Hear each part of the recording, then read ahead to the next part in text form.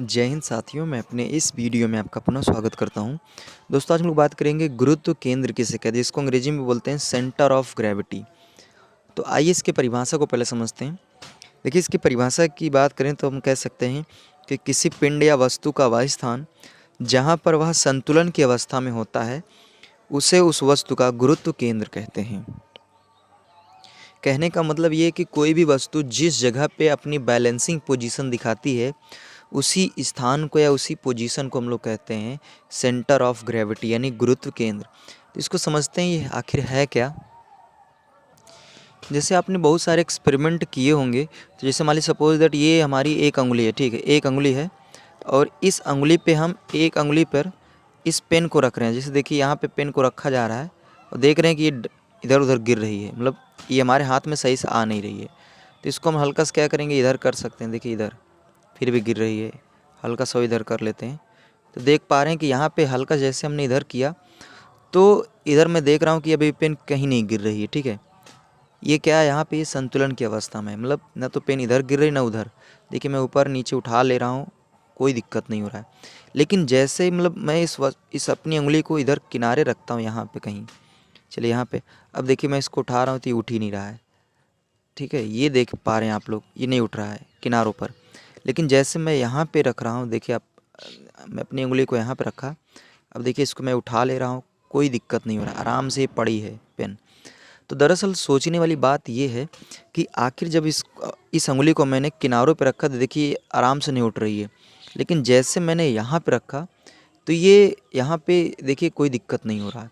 तो दरअसल जिस जगह पे ये बैलेंसिंग पोजीशन अपनी दिखाती है उसी जगह का नाम होता है गुरुत्व केंद्र।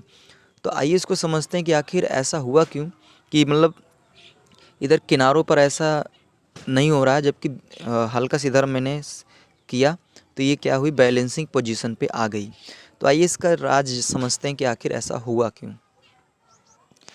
सामान्यतः हम ये सब जानते हैं कि प्रत्येक वस्तु के जो पृथ्वी होती है वो क्या करती है, प्रत्येक वस्तु को अपनी ओर आकर्षित करती है। अर्थात कहने का मतलब वो क्या करते हैं, पृथ्वी अपने केंद्र से एक ऐसा गुण से,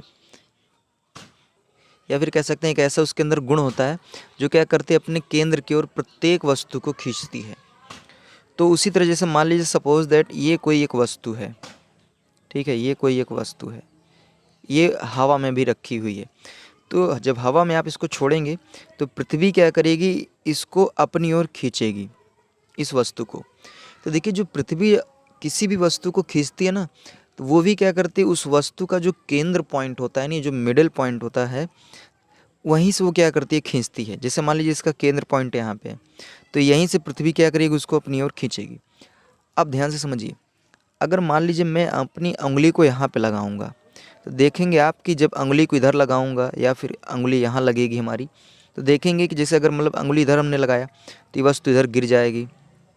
अगर हमने उंगली को इधर लगाया तो वस्तु इधर गिर जाएगी। और अगर हम मान लीजिए इसके जहाँ पे सेंटर पॉइंट है, अगर वहीं पे मैं अपनी उंगली को लगा देता हूँ तो देखता हूँ ना तो ये वस्तु इधर गिरती है ना तो ये वस्तु इधर गिरती है। दरअसल इसका कॉन्सेप्ट क्या है, आइए इसको समझते हैं। देखिए जो इसका कॉन्सेप्ट ये है कि जो पृथ्वी जब वस्तु को अपनी ओर खींचती है तो उस वस्तु का जो केंद्र पॉइंट होता है, दरअसल वो वहीं बल लगाकर वो खींचती है। अब मान लीजिए हम क्या करें, वस्तु यहाँ जो पृथ्वी है उस वस्तु को यहाँ से खींच रही है और हमने बल इधर लगाया।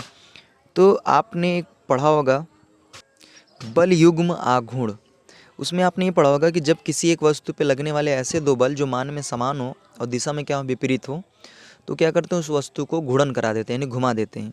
तो उसी तरह देखिए पृथ्वी क्या कर रही है, इधर की ओर खींच रही है और हमने जब अपनी उंगली को यहाँ लगाया तो हमारी उंगली भी क्या कर रही है, ऊपर की ओर एक फोर्स लगा रही है। तो यहाँ पे इनका जो क्रिया रेखा वो अलग अलग हो गई।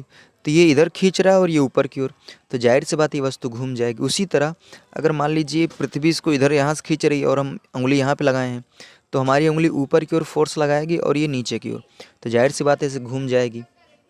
तो हम चाहते हैं कि ना तो ये इधर गिरे ना तो उधर गिरे, ये एकदम फिक्स हो जाए। तो जिस जगह पे पृथ्वी इसको खींच रही है हम अपनी उंगली को वहीं पर रख दें।